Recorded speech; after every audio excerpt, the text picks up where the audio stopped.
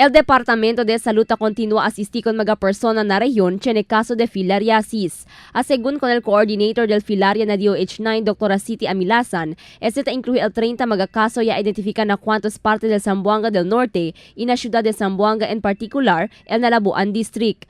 Continuando según el monitoring del DOH, por medio de mga medisina tadali na mga pasyente.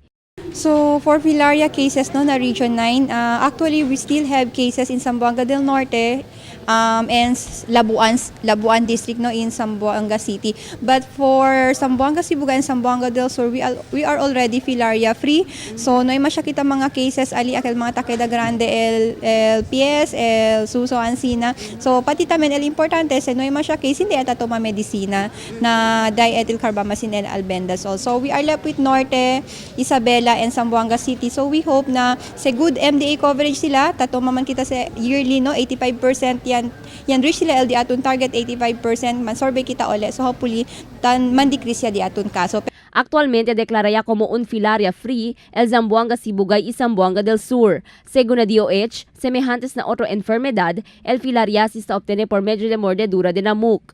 El virus ta carga el namuk amo ta causa para engranda el cuantos parte del cuerpo de un persona como el pies. Ta destroza según este con el lymphatic system del un persona. Si hindi cura inseguidas el resulta este na infection na sangre que el causa muerte de un persona.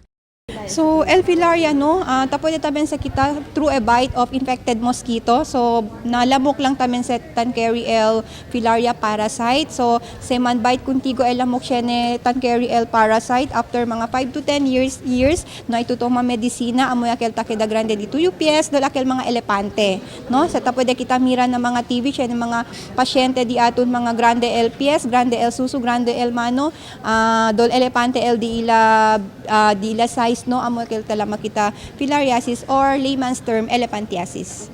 Tadverti el Departamento de Salud con mag-aafektaw residente para participan na Mass Drug Administration del DOH ta conduci todo el mes de julio. Necesita según toma el medicina desde na DOH haber evita este clase de enfermedad. Cristel Almonía, Dateline Zamboanga.